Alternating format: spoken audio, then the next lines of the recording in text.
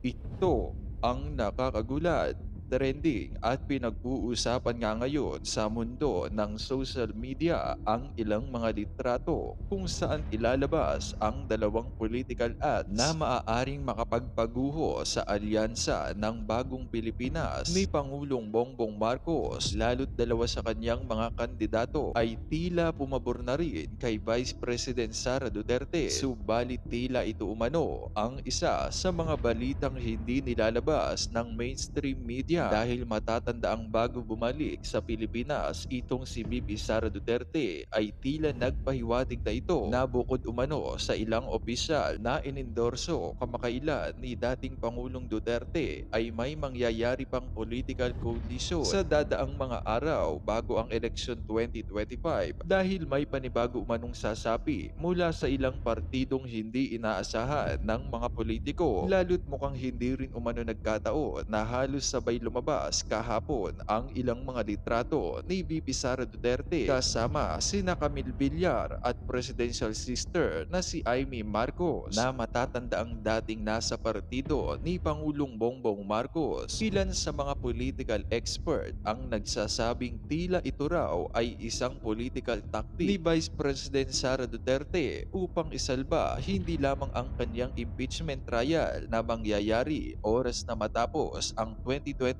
senatorial election at para maisalba rin ang kanyang ama na si dating Pangulong Duterte mula sa persecution ng International Criminal Court. Kaya naman ayon nga sa komento ng maraming netizen, ang dami niyong mga propaganda, sinisira nyo ang mga isipan ng taong bayan, makakuha lang kayo ng boto. Tandaan nyo, hindi magwawagi ang kadiliman laban sa kaliwanagan. Kadalasan, ang anak na nagmana sa katalinuhan ng ama. Ako sa sarili kong opinyon, tingin ko galawan ito bilang political strategy mula sa isang political genius na tao. Di natin alam ang saloobin o plano ni VP Sara. Tingnan natin ano ang kalalabasan nito. Basta we vote lahat ng kandidato ng PDP laban. Huwag nating pangunahan ang diskarte ni VP Sara Duterte. Magtiwala tayo sa kanya. Alam niya ang ginagawa niyang diskarte. At narito, panoorin pa natin ang buong video. Una sa lahat, itong usapin patungkol po dito sa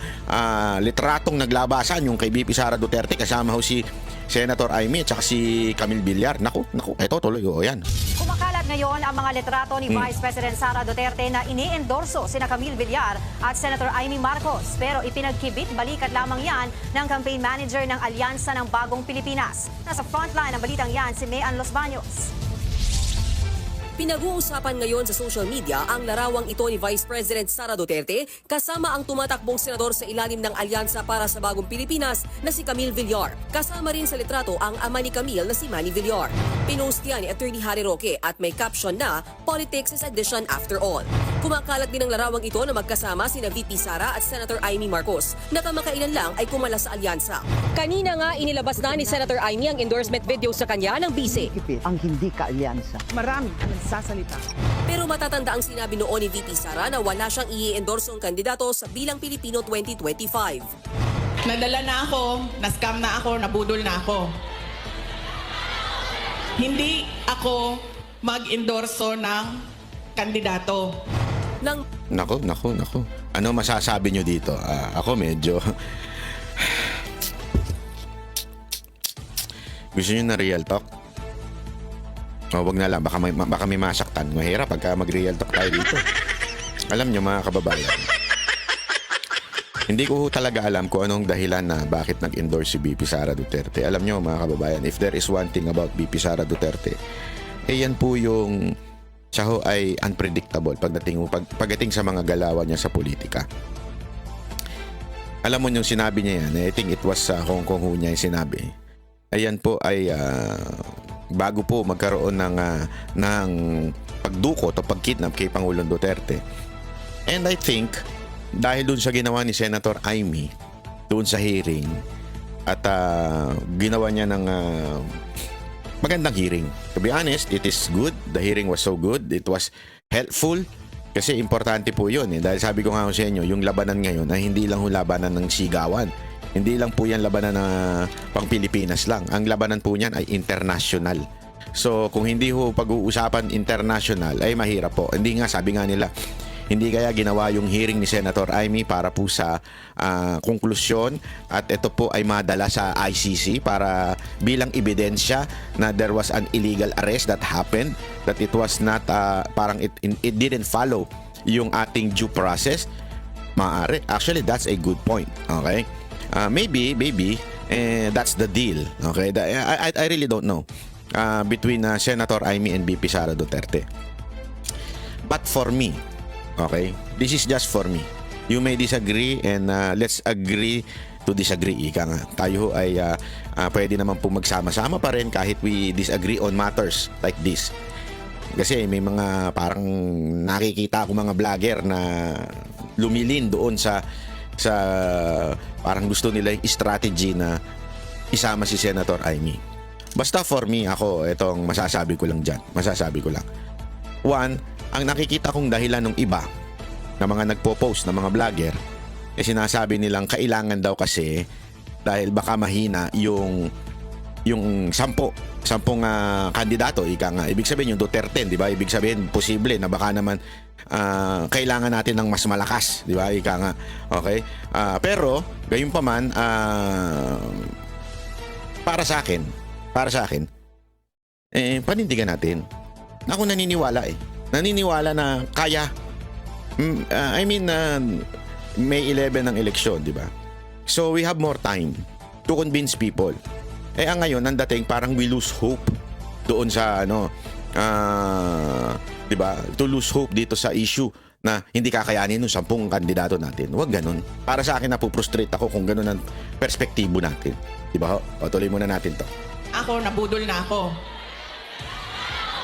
Hindi ako mag-endorso ng kandidato. Nang matanong naman ang palasyo tungkol sa umunoy pag-endorso ni VP Sara sa ilang kandidato ng alyansa, ano man po yung iba pang mga detalye patungkol po dito sa recent incidents ay si Congressman Toby Chanco po ang may authority to talk about. pero ang campaign manager ng alyansa na si Congressman Toby Chanco tila hindi ito ininda. Welcome nga raw ang mga ganitong pag-endorso dahil sa eleksyon, anumang suporta ay malaking bagay. Katunayan, nakuha ng ilang taga-alyansa ang suporta ni One Cebu Party Head Governor Gwen. So parang sinasabi ngayon dito ni Tiangco na malaki daw yung parang thankful pa daw siya kuno. Na kaysa to si Camille Villar naman ay in-endorse ni BP Sara Duterte. Ako ganito lang. Ito lang sa akin lang naman po ito. Doon sa kay Camille Villar, ibang kaso yun eh. Bakit to kanyo? Si Marcos, si Amy Marcos particular, ay alam naman po natin ang karakas ng mga Marcos. Kahit pagbalik-baliktarin mo, sila ho'y talaga mambubudol. Diba? Nangako yung kanyang kapatid, si BBM, nangako kay BP Sara Duterte tungkol sa ICC. Hindi niya pa papasukin ng ICC. Ano nangyari? Nabudol tayo. Nabudol pala kayo. Hindi ako bumoto dyan. Hindi ko sinisisi. Kaya lang, mga kababayan, doon sa mga nagsabing nabudol sila ng BBM, tapos ngayon papayag na naman kayo na etong si Amy iboto ninyo dahil sa pagdating ng impeachment ay malamang bumoto against the impeachment of BP Sara Duterte. Kasi yan pa yung pangalawang naririnig ko eh. Iboto natin yan kasi sigurado tayong against sa impeachment yan. So, pag naipanalo yan si Senator Amy, against yan sa impeachment. Di ba? Ang dami-dami kong kilalang against sa impeachment eh. Na hindi naman dapat yan. Ang dami-dami ho dyan. Ako sigurado ako dito kay Camille. Kaya nga ibang issue tong kay Camille eh. Sa mga Villar, talagang ever since, hindi bumaluktot. Ever since, loyal, kaibigan mo ng mga Duterte. Ang Villar talagang loyal po yan, tapat po sa mga Duterte yan. Mula sa tatay, sa asawa, sa anak, yung si Mark, kaya din ito si Camille. Ibang issue yun. Pero pagdating mo dito kay Senator Amy, ano ang proof nito? O ano yung masasabi mo mas matibay na sandigan para pagkatiwalaan natin ito? Diba? Meron na itong record eh. Yung kanyang pamilya, may record na ng nabubudol. Diba? Bakit? Paliwanag ko lang sa inyo ha? Ilapit-lapit ko lang tupuan. Bakit kanyo? Tandaan ninyo, si Senator Amy ang nakiusap kay BP Sara Duterte para maging Vice President ng BBM. At ang kanyang, di ba, sinabi niya pa nga, hindi mananalo ito pagka hindi mo sinamahan. Ibig sabihin, mga kababayan, ang tunay na close talaga kay BP Sara Duterte si Senator Amy. Siya ang dahilan kung bakit nakipag-team up si BP Sara Duterte kay BBM. Diba? Tapos eto na naman siya. Kung ano man ang pinangako niya, sa tingin ko budol na naman ho ito. Nangako siya dati. Sana pinanagutan niya yun. Diba? Sana ho pinanagutan niya yung kanyang pangako na hindi kasi pwedeng sabi hindi, kapatid ko yun. Ano nang palusot yan? Diba? Hindi pwede yun. Ikaw ang parte ka na nagsabi noon na nakipag-deal. Ngayon, you failed. Tapos, diba, itong kidnapping naganap kay Pangulong Duterte, pinuntirya niya ba yung kapatid niya? Hindi. Doon sa hearing, malinaw na merong higher up na nag-utos. Merong nag-utos. Hindi lang si Remulla, hindi lamang po si Marbil, meron talaga nag-utos sa taas. Pinuntirya ba ni Senator Amy yung kapatid niya? Sino ho? Sabi ko nga ho sa inyo si BBM talaga mastermind yan. Bakit? Sino ba nag-promote kay Torre ng 2 beses? Si BBM. Wala namang iba bakit? Sasabihin nila, hindi si BBM yan. Diba? Alinaw nun Garcia. Sa campaign rally nitong weekend sa Cebu, inendorso ni Garcia sina Manny Pacquiao, Tito Soto, Ping Lacson, Bong Revilla, Pia Cayetano, Camille Villar, Francis Tolentino, Benher Abanos at Abby Binay. Wala sina Senator Amy Marcos, Tito Lapid at Erwin Tulfo. Ayon kay Governor Garcia, nakabatay sa ideolohiya at prinsipyo ng kanilang partido ang pagsuporta nila sa kandidato. Ang pinili raw nila ay yung may malasakit sa Cebu, pero may patama siya sa mga nasa pamahalaan. Abot lang karon hinoon sa kauluhan. Itong mga dagko dito, sige away-away. Pag-away lang ko mo dihang inyo. Ay, mga pila-pila diri. Walang pinangalanan ang gobernadora pero giit niya, walang mabuting naidulot sa bansa ang pag-aaway ng mga nasa itaas. Abay pagpili sa inyong impyerno. Kay dinhi sa Subo, langit ang among gitinguha. Ayaw tugti ang mga kampon sa kangit-ngit nga maoy magbuak-buak na usab kanato. Nilinaw naman ni Garcia na nirerespeto niya si Pangulong Bongbong Marcos at kailanman daw hindi siya nagsalita laban sa mga Duterte lalo't malaki raw ang utang na loob niya sa dating Pangulo. Nagbabalita mula sa Frontline, Mean Los Baños, News 5. Pero gumigit na ka. Yan ang dyan, ang problema. Gumigit na ka, madam.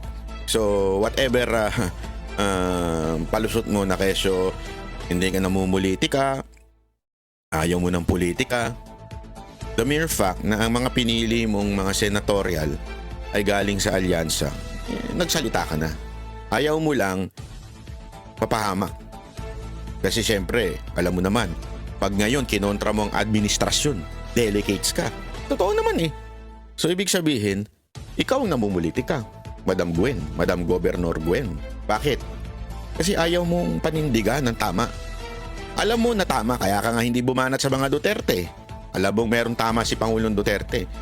Pero bakit hindi mo mabanatan ang Marcos o di kaya kinampihan mo pa yung mga senador? Kasi nga, takot ka. Ganun lang simple yun. Takot ka na pag ikaw kumontra sa gobyerno, pag ikaw kumontra kay Marcos, delegates ka. That's the truth. Diba? Huwag na tayo magpaikot-ikot. Yun po ang katotohanan. Takot po kayo. Wala kayong prinsipyo. Kaya nyo, ngayon kasi hindi na ako, I understand, sabi nga nila, ay yung mga sinasabing, politics is addition, not subtraction, or whatsoever, ever. Oo, pero ito yung time na masyado na yung ginawa ng kasamaan ng Marcos administration. Masyado na yung nababoy ang ating bayan. Masyado na yung batas ginagahasa, binababoy. Wala nang sinusunod na batas. Sila na ang batas. Yung pagdukot kay Pangulong Duterte, that's below the belt, ika nga. There is another way of fighting your opposition o your, yung sabi mo ng enemy, diba? Yung hindi below the belt. Meron naman ganun Kaya, anong ibig ko sabihin? Sa boxing, labanan yan suntukan talaga yan, sakitan yan. Patutumbahin mo pa nga di ba? Okay lang yan kasi parte yan ng sports, ika nga. Parte yan ng labanan. Sa politika ganun din. Patutumbahin mo rin yung kalaban mo sa politika. Tatalunin mo nga so you will do everything to do it. I understand. That's part of the game. Politics is like a game. Parte yan. Yung sa atin, di ba kaya nga sinasabi nila sa politika, there is no permanent friends and there are no permanent enemies. Nagkakabati-bati, mag-aaway lang, magkakabati. Ganun That's politics. Okay? Pero mga kababayan, hindi ko matatanggap yung ginawang below the belt ng kalaban. O itong si Marcos at si Romualdez. Below the belt po yung ginawa nila kay Pangulong Duterte. That's beyond politics. That's a devil's act. Ika nga. May pagkademonyo na yung ginawang ano eh. Hindi binigyan ng due process yung tao. At tanda na, sabi nga, kahit man lang awa, wala. I mean, hindi po yun ano eh. Hindi na makatao. Makademonyo na talaga yung ganong klaseng galawan. Di ba? Okay lang sa akin, kuwari, kontrahin mo, idemanda mo dito sa husgado sa Pilipinas, ipa-aresto mo dahil may ukaran sa Pilipinas. Okay yun eh. I mean, okay. Parte talaga ng politika yun eh. Patuhan eh. Oh, di ba? Kasama talaga sa buhay yan eh. Tanggap nga ni Pangulong Duterte at sanay na ho yan sa ganyan. Tandaan ninyo. Si Pangulong Duterte sanay yan sa local politics. Ibig sabihin talaga nga naman kung batuhan at batuhan lang naman din ng putik, kaya niyang tanggapin ang lahat ng putik, ilagan at ibato pabalik sa iyo. Yeah? Nangyari naman yan in 2016. Pero itong ginawa nila, ito below the belt talaga. Kaya sa tingin ko, mga kababayan, sa tingin ko lang naman, hindi pwede dito yung gitna. Meron niya ako narinig eh. Sa ako ba napanood na video yun? Basta may napanood ako ng trending na video. Ang problema kasi kay Senator Amy, gumitna siya. Tandaan ninyo, ang mga gumigitna, nasasagasaan. Dito to. Alam mo na, ang ganda ng logic na yun. Ha? Pag ikaw gumitna ka sa karsada, nasasagasaan ka. Kaya it's either nandun ka sa kabila o nandito ka sa kabila. Pag gumitna ka, bangga ka sigurado. Makakatagal ka for a meantime o kasi umiilag sa'yo. Pero pagka sa sobrang gulo na ng trapiko, bangga ka dyan. Ganun po ang ginawa ni Senator Amy. Kaya sa tingin ko, it's too late. Honestly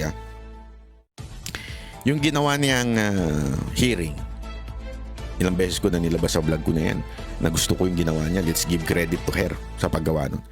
Pero itong latest niya na video, hindi ko nagustuhan. Parang ginamit lang yung hearing na yun para sa ad niya. I'm sorry I mean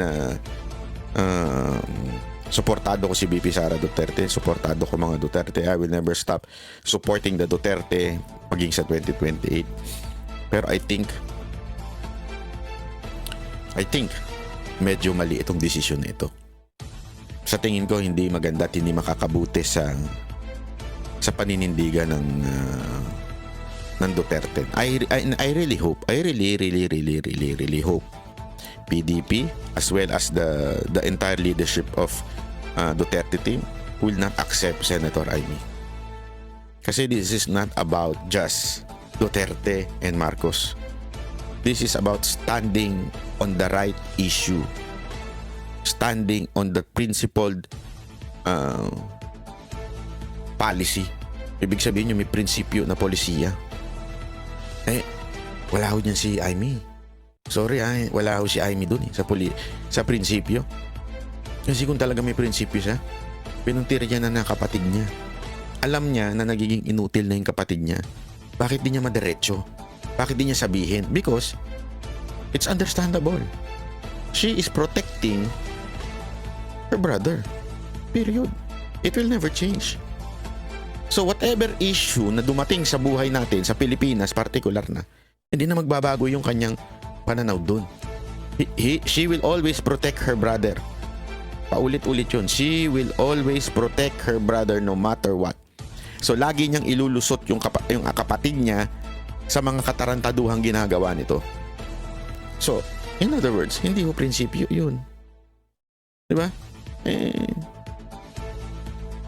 Sabi nga, blood is thicker than water. Ganun talaga. Wala na. So, bakit tayo umaasa? I mean, kung hindi ko sinasabing pero kung that what it takes to show the prinsipyo na pinaninindigan natin, then let it be. Basta tayo, maninindigan tayo sa Duterte because of the principle.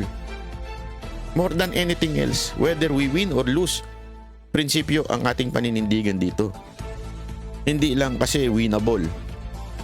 I mean, ito ang pananaw ko Dahil sa pagsali nun, masihina pa Kasi para tuloy naging trapo dating. Sorry real talk. Pero sa akin, ganun ang dating eh. Para tuloy tayo naging trapo kung tatanggapin natin yan. Yun lang. Para sa akin po yun. Maaring mali ako. Maaring iba rin ang opinion nyo. Nasa sa inyo ho yun. Kanya-kanya ho tayong opinion. Kahit kami yung mga vlogger, di ho kami nag-uusap kung ano ba prinsipyo ninyo. Kailangan ba tayong pare-pareho ng prinsipyo? Eh kahit nga po ako sa Bananteros eh. Pag ako nag-message sa kanila, although kadalasan dahil nga sa mga nakukuha naming info, ako sinasabi ko nga sa kanila, basta ako out ako kay Aimee. Minesis ko na kagad sila kanina ba yun o kahapon. Sabi ko sa kanila, no ako kay Aimee, yes ako kay Camille Villar. Kasi talaga naman si Camille Villar, talaga namang ang Villar, una, si Camille Villar hindi pumirma ng impeachment. Pangalawa, si Camille Villar at ang kanyang family ay talagang loyal sa mga Duterte. Hindi na walang question doon. Hindi never nilang binetray ang mga Duterte hanggang kaduluduluhan. So, wala akong makikitang questionable pagdating sa kanila. Maybe the only thing that ang mag-aaring questionable sa kanila is yung tinatawag na dynasty.